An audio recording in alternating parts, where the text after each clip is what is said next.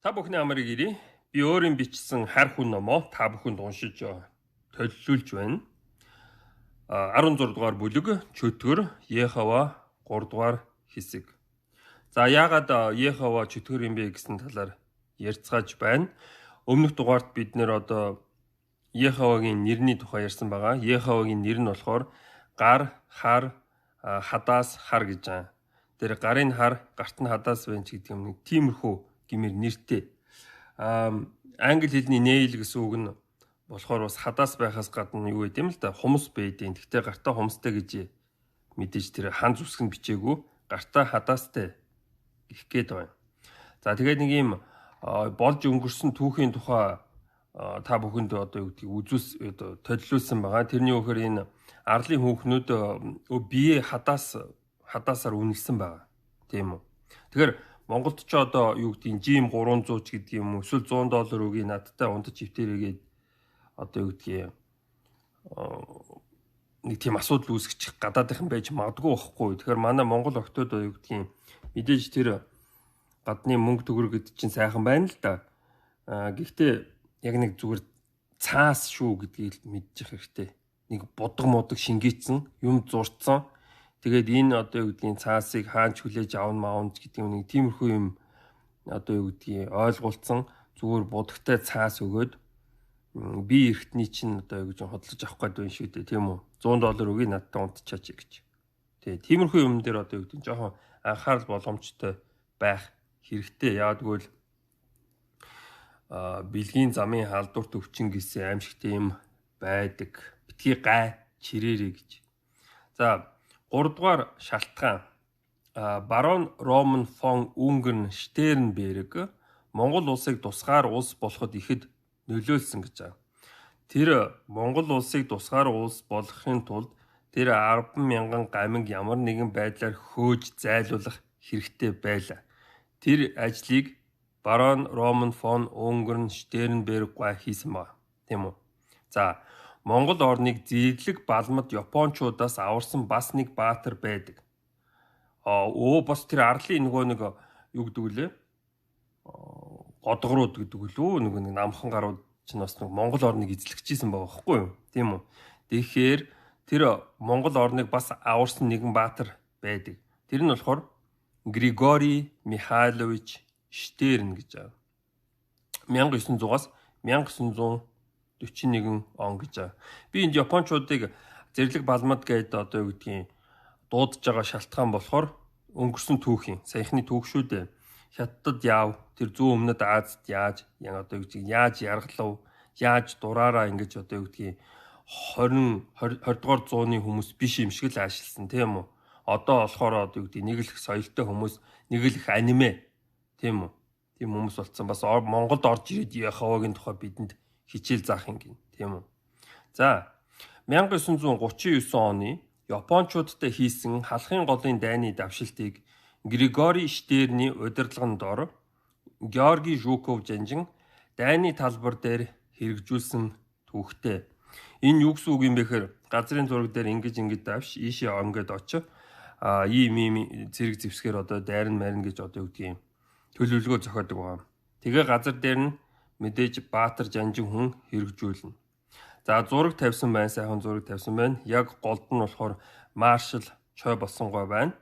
Тэгээд юу гэдгийг улсын эзэн их додгор юу гэдгийг бүсээ бүснээсээ барьсан.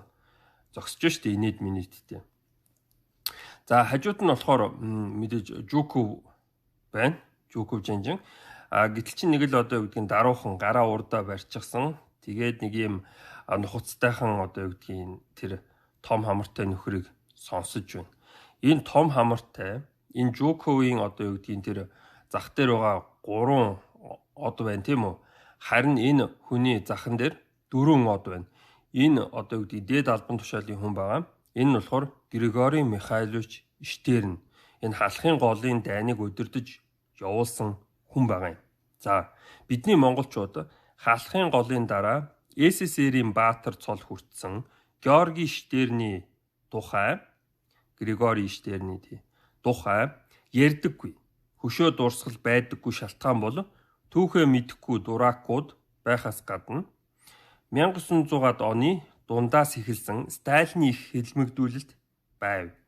Орос орныг ганцаар захирах хүсэлтэй Сталин өөрийн эрх мэдлээ баттгахын тулд өөртөө нөөцлөх чадалтай намд нөлөө бүхий хуучин гишүүнүүдийг сэхэтнүүдийг бас зарим яс үндэстний элитүүдийг элит гэдэг нь тэр ээл бурханд ойр буюу нэг тийм бурхан шашин ярьсан хүмүүс. Тэгэхээр би одоо ингээд ийм бурхан шашны YouTube хийж байгаагаараа миний эцсийн зорилго бол бас нэг тийм нийгмийн элит болох сонирхол байгаа байхгүй юу? Тэр нь элит гэдэг чинь баян хүн биш байхгүй юу? Элит гэдэг нь бурхан шашинтай хүнийг хэлдэг. Бурхан шашныг нь авч яваа одоо үзэл бодлын одоо юу гэдгийг авч яваа сүнс үлдээн авч яваа хүнийг элит гэдэг. Эртнээсээ тийм байсан. Цэрэг айрам дээр болохоор элит цэрэг гэж угаасаа байхгүй. Одоо юу гэдгийг юм те одоо бөмбөгдөлтөнд өртөж явах үед одоо энэ цэрэг элит байлаа ч гэдэг юм тийм дурак юм байхгүй. Харин нийгэмд болохоор элитүүд гэж байдаг. Тий. За ардын дайсан гэж буруутхан ад үзэж устгасан явдал юм а гэж байна. За Георги Штер нь Адамын хүү буюу еврей угсааны хүн байлаа. Еврей угсааны хүн бол Адамын хүү гэж байна.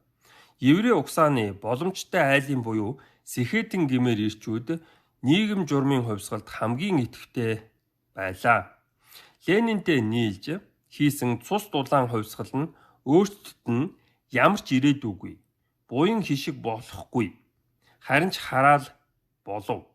Учир нь нөхөр товарищ Сталин ардын дайснуудыг гэр бүлтэй нь цаазалж байв.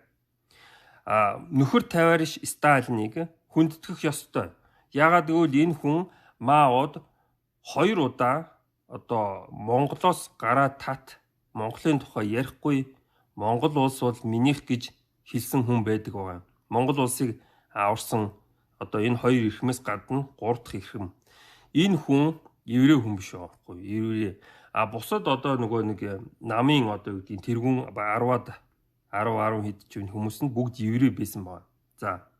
Гэр бүлтэй цаазалж байв.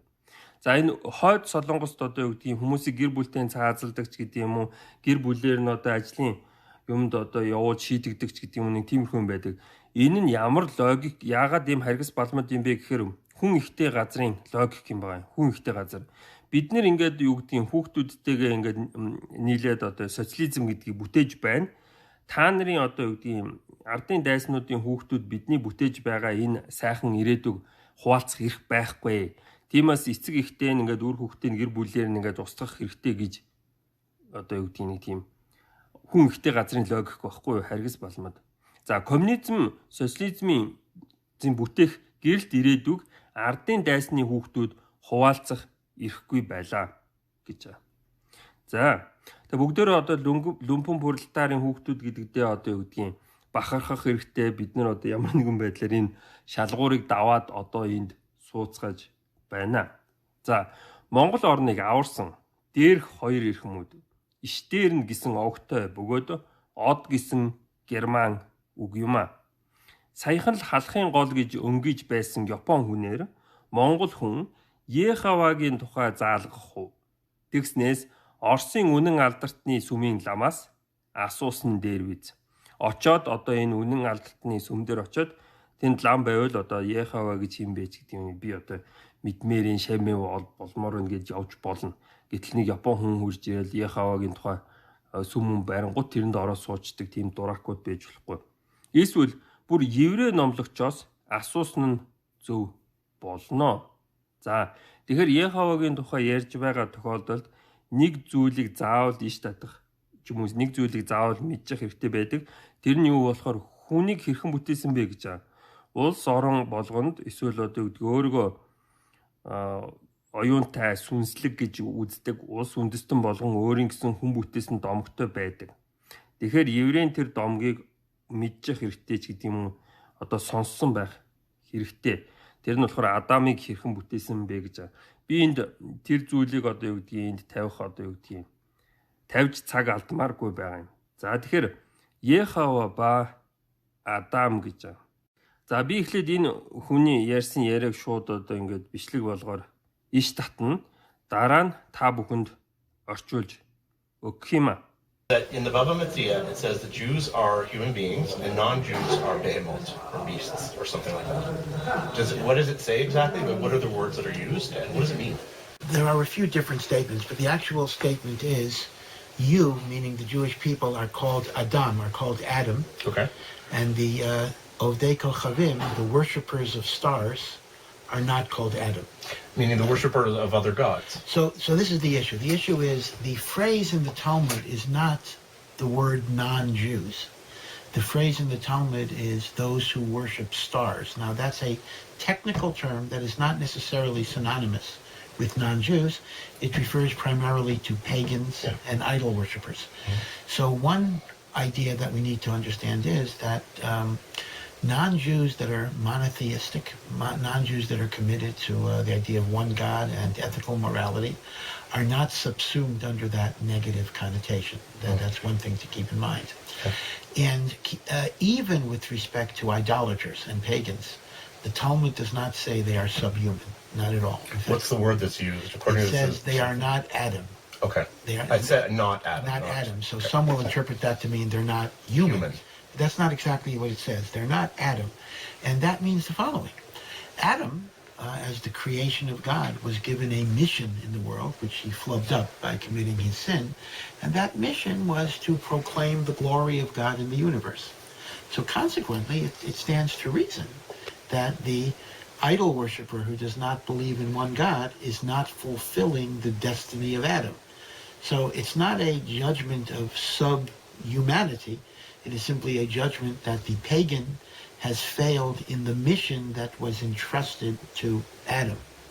So this is a possible interpretation. I do understand that one could construe the passage in a very negative way, but I do want to emphasize that when the Bible says man is made in the image of God, that is not limited to the Jewish people. That is a universal statement. And in fact, the very idea of the dignity of all human beings, that all human beings are entitled to respect, has its origin in the Torah itself. So. За сая юун яриа болоод өнгөрөө гэхээр англи хэлээр ярьцгааж л байна л да. Англи хэлийг шууд ингээд одоо юу гэдгийг сонсоод ойлгочдөг тийм чадвартай болсон хүмүүс нь шууд ойлгож байгаа бах.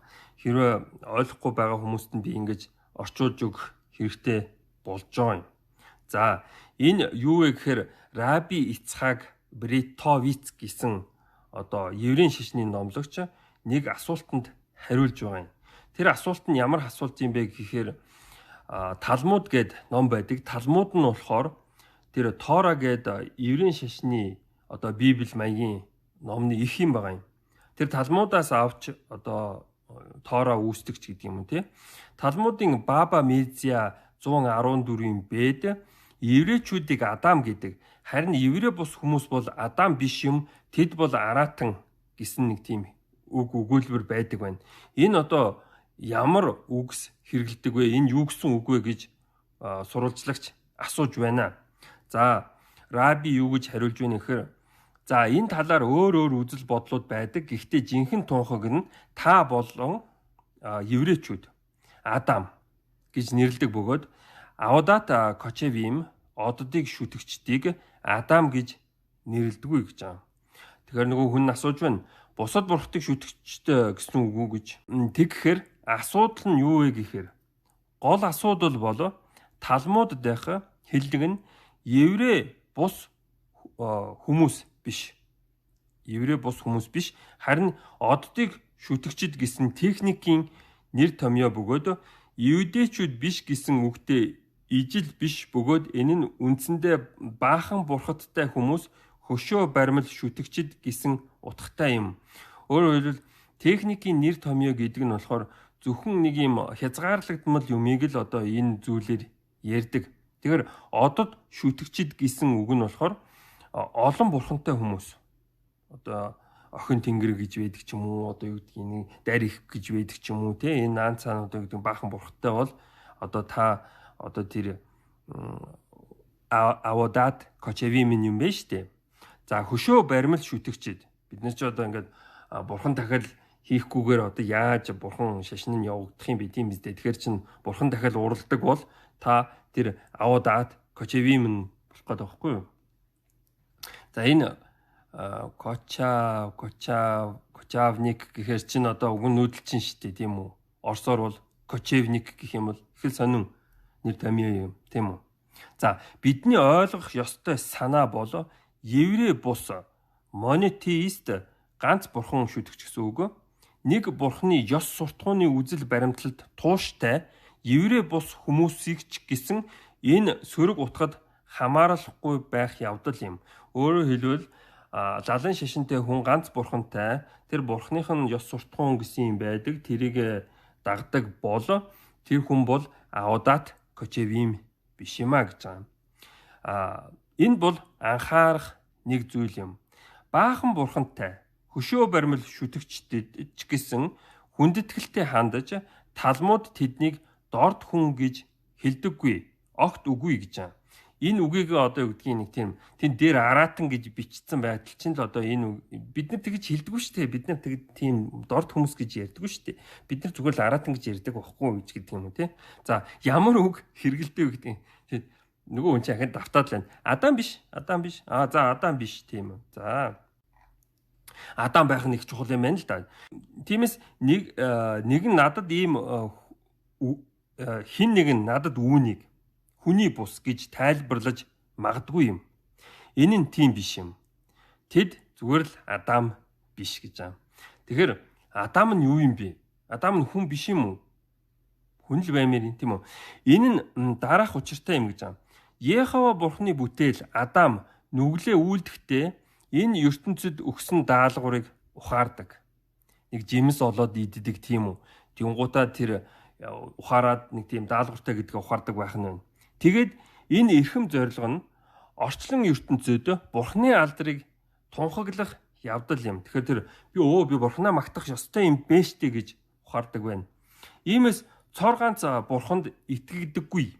Баримл шүтэн шүтгч хүмүүс Адамын зорилгот хувь заяаг бүрэн дүүргэж чадахгүй байна гэж үзэх үндсэлтэй гэж байна. Тэгэхээр бид нар ингээд олон бурхтай болцсон учраас тэр нөгөө нэг Адам шиг тийм одоо зоригтой биш ч гэдэг юм уу тий. Тэгэхээр энэ хүн төрөлхтнийг дээд доод гаралтай гэсэн шүүлт биш, зүгээр л баахан бурхтай шашинтнууд Адамд даатгсан зорилгод бүтлгүйтсэн гэсэн шүүлт юм. Та нар бол бүтлгүй амьтад гэж ярьж байгаа байхгүй юу? Яа тэгвэл танд одоо юу гэдгийг эцэг тэнгэр одоо юу гэдгийг байгаль их мэх гэсэн тийм их ойлголт байдаг бол та нар бүтлгүйтэж байна. Энэ бол боломжит тайлбаруудын нэг юм. Зарим хүн энэ үгийг маш сөрөг байдлаар тайлбарлаж болно гэдгийг ойлгохыг би танаас хүсэж байна. Мэдээж амар муухай сөрөг үг байгаа байхгүй. Энэ ч одоо юу гэж тайлбарлах юм тийм үстэй. Бас Библиэд хүн бурхны дүрээр бүтээгдсэн гэсэн байдгийг онцлж хэлмээр байна. Энэ нь зөвхөн еврейчүүдээр хязгаарлагдахгүй. Энэ бол бүх нийтийн тунхаг юм. За би бурхны дүрээр бүтээгдсэн юм байна шүү дээ. Бурхан одоо над шиг дүр мөртэй байх нь байна, тийм үү? За бүх хүн төрлөختөн нэр төртэй. Хүн бүрийг хүндэтгэх ёстой гэсэн санаа нь өөрөө тоороогоос гаралтай. Би тэрийн тоорог нь уншааг байна л да. Тэнд бас нэг тиймэрхүү юм бусдыг хүндэтгэж гэсэн юм бас байдаг болов. За би энэ мэдээж Яцхак Бритович рабиг хүндэтгээд гигийн дүрийг ингээд аваачаад зураг болгоод энд тавьсан байна. За Раби Яцхак Бритович Брит гэж орсоор Бридович гэх юм уу тийм нэг тийм халуураад солиорч ийн гэдэг шиг нэг тийм сонин нэртэй юм тийм үү. Гой бол багш сүмийн ахмадууд юу гэж сургасан дагуу шашнаа сайн мэдэх хүн гэдэг нь эргэлзээгүй юм. Бид нэр өөрсдөө шашныг нэг настай хүмүүсээс өг дээдсээс ингээд авдаг. Тэд нэр бидэнд ингээд ийм тийм юм шүү гэж сургадаг. Тийм үү. Тэгэхээр энэ хүнд багш байгаа. Энэ хүнд бас ахмадууд байгаа. Тэгээд тэр ахмадуудын сургасны дагуу энэ хүн одоо юу гэдгийг хамгийн зөв санаа, хамгийн зөв одоо тайлбар гэдгийг нь одоо өөртөө хадгалж байгаа. Тэгэхээр тэр од шүтдэг хүмүүс Адам биш, тэд нар араат юм а гэсэн тайлбарыг сая та бүхэнд хэллээ шүү дээ. За анхны хүн гэж батлах Адам бол анхны хүн юм аа гэж батлаад байдаг. Адамын түүх домогт ийм атааж өтөөтэй ойлголт хийх хэрэг байсан уу? Хэрвээ логикоор бодох юм бол Адам анхны хүн байх нь тэгээ хүүхдүүд хийгээл ингээл олон хүүхдүүдтэй болоод ингээл юу гэдгийг хүүхдүүдээ ингээд ганц бурханд итгээрэй гэл ингээл зааж одоо юу гэдгийг байсан юм шиг байгаа юм тийм үү? Тэгсэн чинь хүүхдүүд нь яваал одоо чи юу гэдгийг од мод шүтдэг болцсон ч гэдэг юм уу? За тэгэхэр чин одоо юу гэдгийг тэр Адамын одоо юу гэдгийг нүгэл нь шашны зориг байсан ч гэдэг юм их сонин тийм одоо их хачин юм байгаа байхгүй юу. За Адам Яхавагийн үгэнд ороогүй хориотой жимс идээд нүгэлтэн болсон. Яагаад чим тэр жимсийг идэхэр нүгэлтэн гэж яриад байгаа байхгүй юу. Эден цэцэрлэгээс хөөгдсөн нүглээ цайруулахын тулд Яхаваг магтан дуулах ёстой юм байх. Нүгэл үлдэх боломжийг нь Яхава өөрөө бүтээсэн байдаг. Адамыг нүгэл хийхэд нөлөө үзүүлэх Еваг бүтээдэг. Ева нөгөө нэг урт үстэй богино ухаантай эмэгтэй хүн. Тийм учраас одоо юу гэдгийг нөгөө нэг могооны ятгалгад, сатааны ятгалгад ороод Адамаар одоо юу гэдгийг алим идүүлчдэг ч гэдэг юм. Тийм жимс идүүлчдэг ч гэдэг юм. Тийм хүн байдаг. Нөгөө хоройтой модооч үр жимстэй бүтээгээд нүгэл хийхийг нь хүлээж харж суусан хорон санаатан гэж. Адам тэгээд өөрийг нь аз жаргалтай ариун газраас хөөж нүгэлтэй дэлхийд цөлсөн бурхныг магтан дуулах ёстой юм уу? Мэдээж тийм магтан дуулахгүй бол мөнхийн тамд шатах биз гэж. Адам анхны хүн биш шиг байдаг. Өөрөөр хэлбэл од шүддэг хүмүүс Адамын хүүхдүүд биш шиг байдаг. Энэ маш олон үндэстэн байгаад маш олон үндэстэн одоо юу гэдэг өөрийн гэсэн оюун санаатай, өөрийн гэсэн одоо юу гэдэг сүнс сүлттэй одоо өөрийгөө жоохон дээгүр үздэг хүн одоо өөрсдөө жоохон хүндэтгдэг үндэстэн байх юм бол одоо юу гэдэг хүн яаж бүтсэн тухай домогтой байдаг тийм үү. Энэ Адамын домог бол зүгээр л нэг жижигхэн еврей гэсэн шашин гинэ үндэстний домог байгаа. Тий. За. Яагаад Адам од шүтдэг хүмүүстэй эсрэг болж амьдрах ёстой юм бэ гэж. Еврейчүүдийг гомдоочсон одод шүтдэг гол этгээдүүд бол ромчууд байлаа. Ромчуудын бүтээгч эзэн Тэнгэр аяганы бурхан нь Юпитер бөгөөд нарнаас 5 дахь гариг юм гэж байна. Юпитерийг модон од, гадсан од, пүрүү, бархас бад гэж нэрлэдэг. Адамын үлгэр дээр ромчуудад хорсох сэтгэл. Хаалтан дотор Египет хүмүүст ч гэж байна. Ямар ч тохиол Египтийн бурхтууд нь ч гэсэн тэр одоо Тэнгэрийн зарим нэгэн оддоос бууж ирсэн байдаг гэж ярьдаг. За энэ газрын амьтдын дүртэй ахгүй одоо нөгөө нэг одоо юу гэдгийг матар, арслан, шонхоор энэ төр гэсэн дүртэй. Тэгсэн мөртлөө Тэнгэрийн орноос бууж ирсэн гэж. Одоо тэр одноос ирсэн гэж ярьдаг ахгүй. Тэгэхээр тийм сонь тийм үү. Атаж өтөөгөө нэмсэн байна. Учир нь ромчууд 66-аас 74 оны хооронд Юудын буюу Жүүдийн газар нутгийг эзлэхдээ 1.1 сая хүнийг алж 97 мянган хүнийг боол болгон авч явуу гэж еврейн түүхч Флавиус Жозефус тэмдэглэсэн байдаг. 1.1 сая хүнийг алаад 97 мянган хүнийг аавна гэдэг чинь 10% хүрэхгүй хувийг нь л авч байгаа хгүй юу. Ерөнхийдөө тэр газрыг цэвэрлчихсэн байх гэх юм. Еврейчүүдийг Ромын эзэнт гүрнээ тархан боолчилжээ гэж тарих угаасаар ирсэн гэж. Энэ ямар ч тохиор тэр одоо юу гэдгийг байлдан дагуул болохоос ч өмнө еврейчүүд одоо Ромын эзэнт гүрэнд тархан одоо суурьшсаар байсан гэх гэдэг. Бүр Египтэд ч байсан, тэр цаашаа Грект ч байсан. Зүгээр л одоо юу гэдгийг нэг юм одоо юу гэдгийг янз бүрийн түүхэн юм нь худлаа гэх гэдэг. За энэ явдал Адамын домогтой хамаагүй шиг. Түрүү ярьсан тийм үү? Адам бол одоо хорвоо дээр анхны эр хүн. Тэгээд олон хүүхэд хийгээл одоо юу гэдэг юм нэг бурхан байгаа шүү тэрийг магтаарай гээл одоо тэнгэрт отсон баг. Тэ. Тэнгэрт отсон гэж аашааш. За гэхдээ Раби Ицхак Бертович гой мэдэж байгаа. Та нар Адам биш. Та нар Аратан. За тэнгэрт байгаа одод биш. Газар дээр байгаа элдв зүйлсд анхаардаг Яхавагийн хувьд. Энэ газар дээр байгаа зүйлс дээр анхаарна гэдэг чинь уг нь зөв юм байгаа юм. Тэр дээр тэнгэр яг уу тэгээд одоо юу гэдгийг тэнгэр ч одоо юу гэдгийг өгөөмөр шүү дээ. Одоо бүхнийг л багтаан ч гэдэг юм тийм. Долоон бурхан одод сүү цацаа зогсож байгаа Монгол эмэгтэй бол Адамын охин биш төдийгүй бүр араат юм. Яагаад одоо ингээд сүү цацаа тэр тэнгэр мөнгөрлөө сүү цацаа зогсоод байд юм бэ гэж байгаа. Учир нь ижигч үгүй одод шүтэж байна. Ядаж байхад уурсаа мажуур буюу долоон бурхан нь дэлхийгээс ойролцоогоор 80 гэрлийн жилийн зайд байрладаг. Таны хүсэл гэрлээс хурдан уу? Тэнд хэр хол юу байгаа болоод хүслээ шивнээд байгаа юм. Бас хүсэлт нь шуудхан хүрчхүү гин. Одоо нэг тийм та яагаад энэ од шүтдэг юм бэ? Яагаад тийм логикгүй тийм тэнэг мангар дурак юм бэ гэж тэд нэр асуудаг байгаа юм. За энэ нь юу гэсэн үг юм бэхээр бидний одоо юу гэдэг тэнгэр шүтдэг тэнгэр шүтлэгийн шашинтай энэ газрын одоо Яхавагийн шашин хашилж байгаа юм. Тий. Тэр тэнгэрт байгаа ододыг ийм тийм гэж одоо юу гэдгийг тайлбарлахгүй байхын аргагүй тийм үү. Та одоо загсны ордонд төрчихсөн байна ч гэдэг юм уу. Та өхрийн ордонд төрчихсөн байна ч гэдэг юм уу. Ийм тийм ааштай энэ ч гэдэг юм. Тэр бүх юм нь одоо энэ Яхавагийн эсрэг юм аа тийм үү. Товчхондоо Яхавагийн шашин нь ад үзэлтэй, үзэн ядалт, ата жөтөө ихтэйгийн шашин юм а гэж байна. За тэр нөгөө нэг Орос оронд ингээд юу гэдгийг еврейчүүд улаан хувьсгал дэгдэж байгаа байхгүй юу? Тийм үү? Гэтэл чин тэр еврей хүнд нь ямар ашигтай байсан юм. Өмнө нь яг хаант Оросын үед одоо юу гэдгийг жоохон ингээд дарлуулад одоо юу гэдгийг одоо хүчрхийлжүүлж исэн өшөөгөө авсан байж магадгүй юм. Тийм үү?